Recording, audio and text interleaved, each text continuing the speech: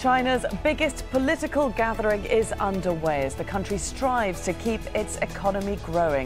The Prime Minister has unveiled a 5-year plan. Is it a realistic one? And can reforms take place when the government is so set on hitting growth targets? This is Inside Story.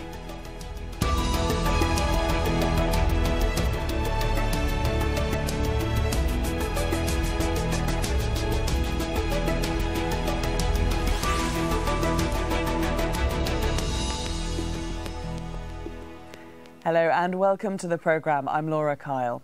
As the world's second largest economy, China has a powerful influence over global markets. So when its premier says the Asian superpower faces a, quote, difficult battle ahead, it doesn't bode well for the rest of the world. Li Keqiang estimates that Chinese economic growth over the next few years will be even slower than last year, which already saw its weakest growth in a quarter of a century. The numbers were announced on Saturday at the National People's Congress in Beijing. We'll get to our discussion on what they mean in just a moment. First, Al Jazeera's Scott Heidler has more from the annual event. Yang Gang has been selling fruit at the Chaowai morning market here in Beijing since 2010. Business is slow. Who was my boss? The Communist Party. Where did the customers go? You have to ask the Communist Party. Business was really bad in the past year. He's not alone. It's been a turbulent year for many people in China. Economic growth is at its slowest in 25 years. 6 kilometers away, the most important event in China's political calendar is playing out. China, the last major communist nation, has changed considerably over the last 30 years, but the grandeur of the National People's Congress has remained. 3,000 delegates from across the nation attend. China's Premier Li Keqiang opened the Congress with a report on the last year and was mildly critical of the Communist Party. There are still inadequacies in the work of the government. Some reforms, policies and measures have not been fully implemented. He went on to say more work needs to be done on government corruption and misconduct, and that it's not just China's economy that's slowing, it's global. This is the Great Hall of the People, and what's going to take place in here over the next 10 days, for the most part, is political theater. That's because the most important decisions of how China will be run and governed have already been made by top party officials. It's mainly a place where they put out the big messages, including some new propaganda messages for public consumption. And then the meeting is actually discussing just merely specifics of how to implement these things or how to maybe tweak it to make it better. Highlights of the 5-year plan to be released during the Congress. 10 million more urban jobs each year and annual economic growth at 6.5% or above. But some economists think that just won't happen. I think there's something of a misnomer, and it started with the government, that somehow this higher level of growth can be maintained. Again, by our analysis, the 6.5% that they've indicated they'll be aiming for won't be achievable. Not good news for people like Yang Gang.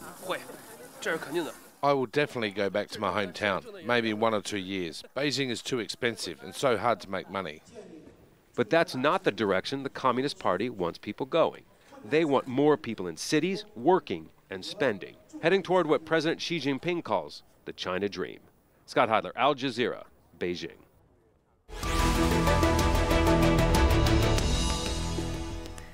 Well, the 5-year plan announced on Saturday has yet to be approved by the Congress, but China's top officials have already signed off on its development goals. As Scott mentioned in his report, the plan calls for more urban migration so that 60% of citizens are living in cities by 2020. And it includes the creation of 50 million new jobs by that same year. Chinese officials also want to grow the transportation sector. They hope to build 50 new civilian airports and expand the high-speed railway network by more than a third. But even with this increase in construction, the Chinese plan also includes environmental goals such as cutting energy consumption and improving air quality. Let's now bring in our guests. In Beijing, we have Chen Chen, China economist at the Economist Intelligence Unit In Hong Kong, Pauline Long, Managing Director at Asia Analytica and analyst on China's political economy. And in Shenzhen, joining us on Skype, Christopher Balding, Associate Professor at the HSBC Business School at Peking University. Great to have you all with us. Thanks for joining us here on Inside Story. Chen, first of all, I want to look at this 6.5% figure. Why are we seeing a lower growth target for these next 5 years? From previous years, we see that Chinese economy in general is slowing down. That's the fact, because the old model, the investment and export-led economy, the major drivers, locomotive like investment, export, they've been slowing down for a while, especially in the investment side. We saw that the major drag is coming from the property sector, which is down very poorly last year with only 1% growth in 2015. And we also noticed that the external factor is not that impressive for China to maintain that kind of double-digit growth we've seen in the previous 10, 20 years. That's the major thing which considerably the factor we have to price in that China, the slowdown in China is taking place. It's both cyclical and structural. From cyclical side, we see the investment is slowing down, but from structural side, we see the labor cost in China is rising, and that's probably why China is considerably is going to have a slower growth in the next 5 years. Okay. Pauline, do you think in this poor economic environment, is that the reason that we've seen for the first time in 2 decades a range set rather than an absolute target? Well, I think a major reason is that the government believes that if they have a hard and fast target, lots of local officials will try to meet that target without meeting the spirit of growth, proper growth. So a range would give them much greater flexibility. The main message of this NPC is that Beijing is telling the nation, preparing the nation and the world for tough times to come. The next few years won't be easy, and we're seeing so right now. Yeah, what sort of... Li Keqiang, the Premier Li Keqiang, Christopher, said that China must be prepared to fight a difficult battle ahead. What exactly did he mean? What tough times do you think are ahead? Well, I think it's quite clear that that growth is probably well beneath the announced rate of 6.8%. You have many companies that are facing major problems ahead, whether it's with debt repayment, whether it's with layoffs. We've already heard of companies that have laid off 100,000 people. The government, it's rumored, is going to be announcing plans to lay off another 5 to 6 million over the next couple of years. These are not things that a government that stakes its credibility on rapid and sustained levels of economic growth is happy announcing to the people, even though these are things that absolutely need to be done. And so I agree with Ms. Xiao that this does seem to be laying the groundwork for basically telling the world and the Chinese people that there are very tough times ahead. Do you think that this 6.5 target is doable? Is it a credible target, Christopher? I think for different reasons, it's. I agree with the first speaker that it's not really a very credible target for different reasons. They're going to have significant problems meeting that target. They're going to have to fall back on their tried and true methods of large-scale investment. You saw some of these plans rolled out today. There's already large numbers of airports throughout China that are losing money. About 75% of airports in China are losing money. So when they talk about building many more, it's difficult to see how these are investments that really make sense for China. Chen, do you agree with that China is going to struggle to keep up this 6.5% target over the next 5 years? We're only reading the numbers, we have to see how the governments they're going to support. Which kind of policy support they're going to implement to support this kind of target number. So from Li Keqiang's report, we see that the government is going to maintain a kind of loosened or a more aggressive fiscal policy. They have to have a widened deficit budget in 2016, which means the support from fiscal side is going to be one factor which can support the growth in China. And also we see, and he also mentioned that the monetary policy in China is still going to be accommodative, and the PBC possibly will use the interest rate cut and the reserve requirement ratio cut to stimulate the economy by injecting the credit into the real economy, and that's some of the positive factor we should price in. And also probably what I think why the Chinese government set the target from the exact number in previous years into a range in 2016, because they're probably seeing some downside or upside risk. For example, if in 2016 there is a rebound in the commodity price and a warmer environment in terms of external environment like export, which will both support the growth of China's economy in 2016. Pauline, what I'm hearing here is that the economy may keep growing, but it will only do so if the government keeps pumping in huge amounts of money into it in the forms of stimuli, in the forms of construction, in forms of transportation. It's not going to be generating its own momentum. Is that correct? Well, in fact, even if the government keeps pumping money in, they're getting less and less bang for buck. Sort of for every dollar credit they put in, they're getting less and less GDP in return. And the main problem is not monetary policy. The main problem is that the main growth drivers, the old growth drivers, they are all sputtering. Export is sputtering because there's lack of demand globally. There is in investment, they are already over-investing, and there's not very much they can do about it. And consumption, well, everybody's getting paid less, everybody's getting laid off. They're not going to spend any money. So they are really in a bind to find genuine new growth drivers where monetary policy can support that driver and not the other way around. Christopher, I can see you nodding there. Where do you think Beijing can look to find new growth drivers? Well, I mean, there are limited sectors within China that are actually doing very well. You know, for instance, the medical device industry is actually growing very rapidly. Problem there is that these other sectors, these service sectors, a lot of which are growing very slowly, they simply are not able to absorb the large number of coming unemployed and currently unemployed from sectors like the coal mine and the steel sector.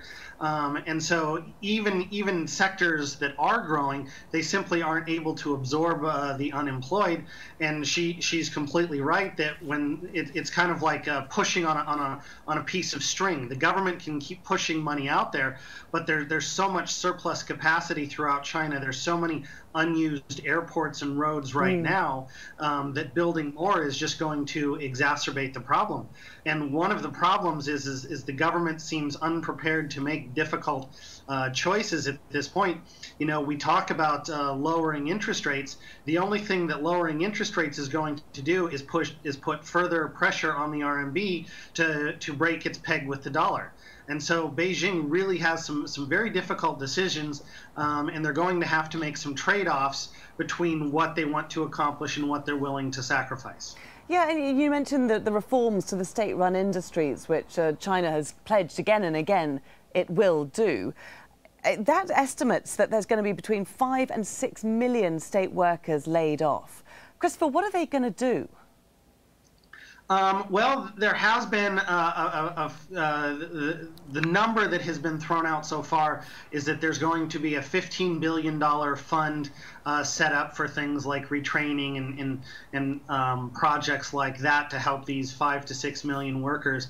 However, that seems definitely inadequate for a number of that size. You know, you've seen in this year alone, the government announced that there were actually there was reverse migration from cities back to rural areas because there just isn't the job creation in the urban cities, and so this is really one of the major problems going forward that they're going to have to deal with. Pauline, why is it so difficult to restructure these state-run enterprises? Is it because this very reason we're talking about it's going to mean millions of people are out of work? Actually, I think it's more basic than that. The whole idea of a state-owned enterprise, the sizes that they were, is to give government control of the economy. So you've got to decide, are you going to have a grip on the economy through various state-owned banks, state-owned enterprises, or are you going to let it go and risk things happening the way you don't want it to happen? So you've got to make up your mind on that first before you can have the strategies to put it into place. Chen, what do you think of that? Do you think the Communist Party is ready to let go of its grip on the economy? I suppose we look at the stock markets, that could be a prime example where it might be willing to stand back, but in fact it hasn't. I mean, before talking about the financial markets, we have to bear in mind that the performance of stock market in China, the correlation is not as impressive as always. So we wouldn't say there's a huge decline in China stock markets. Then the economic growth, economic performance in China would be bearish as well. So, but still, we think that the performance of the stock market is kind of a leading indicator of business sentiment and sentiment of investors. And from Li Keqiang's report for 2016, we see that he hasn't mentioned the reforms like the IPO registration policy in the annual address. So that poses a concern in terms of the how Chinese authority will go with the so-called financial reform in 2016 and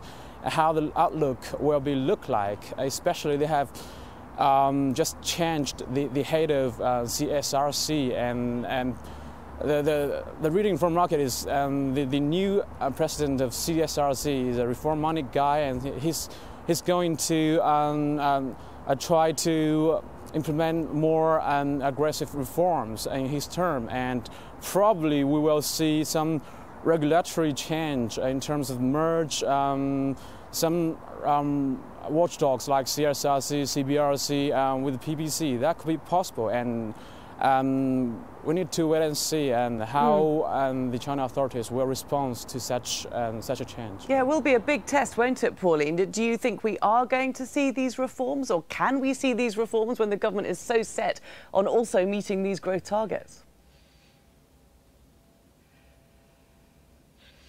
Well, reforms have been mentioned and bandied about for 10 years now. I think I've grown up and I've grown old listening to reforms. So essentially, it's what they mean by reform, and every new administration, every new leader that comes along has a slightly different idea of reform. There is this belief somehow that at the same time, you can have market and market forces, but somehow the market forces will do what they're told. And until they get their mind around that, there is not going to be reform of the kind that would make significant changes in the economy, I don't think. Christopher, you're there in Shenzhen. That's, of course, a major manufacturing hub with a lot of blue-collar jobs. What sort of sentiment do you get the impression is running through Chinese society at the moment when they get told they have a difficult period ahead of them? How resilient do you think Chinese society is to riding this out? Well, I think there's two types of economies, both in China and in Shenzhen. The blue collar workers, the manufacturing, the commodity type of trading enterprises. To be honest, they're hurting even in Shenzhen.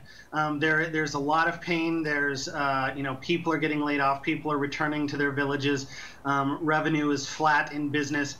I was talking to someone the other day at their company that some of their coworkers drive Uber at night to make extra money. However, in Shenzhen also, there's a segment of the population which is doing very high tech type work, finance. There's an increasingly thriving startup sector here in Shenzhen, and to be honest, a lot of those businesses are doing quite well.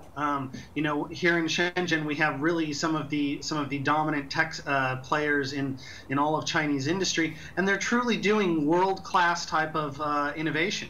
And so you see this kind of playing out in Shenzhen, and it's playing out even much larger throughout China, where the blue-collar workers, the steel workers, the coal miners, the garment makers that were doing quite well 10 and 15 years ago are really being hit quite hard.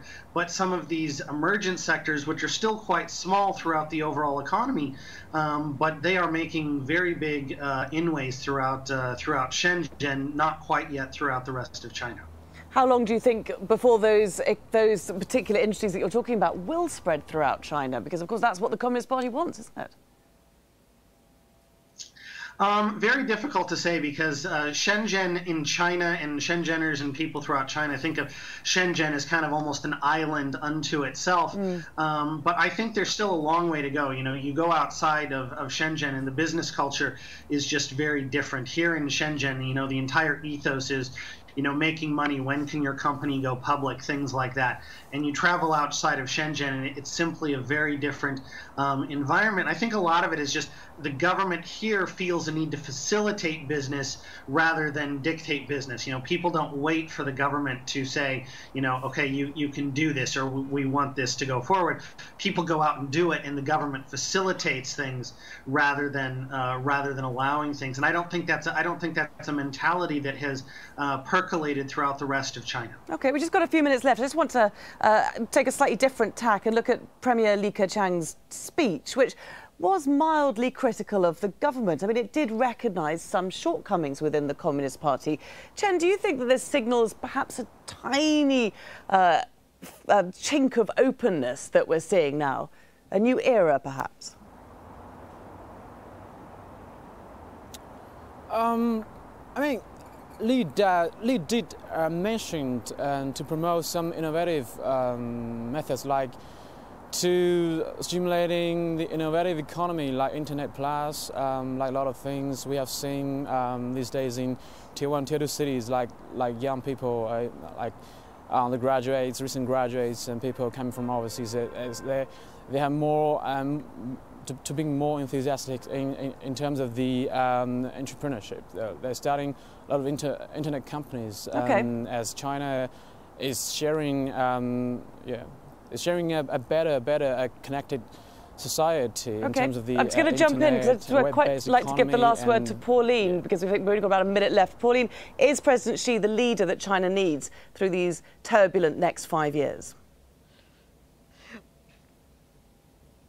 Well, actually, what I wanted to jump in to say is that there is something rather unusual about the 5-year plan this time.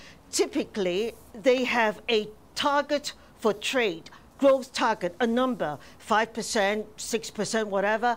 There are no numbers this time. And I think that reflects the dividends that the government has in what the future holds. They're not sure about demand in the external markets. They're not sure how the renminbi plays out in terms of a more expensive renminbi will be negative for exports. So this time, very unusually, there are no numeric targets for trade growth. And I think that's something we should be watching.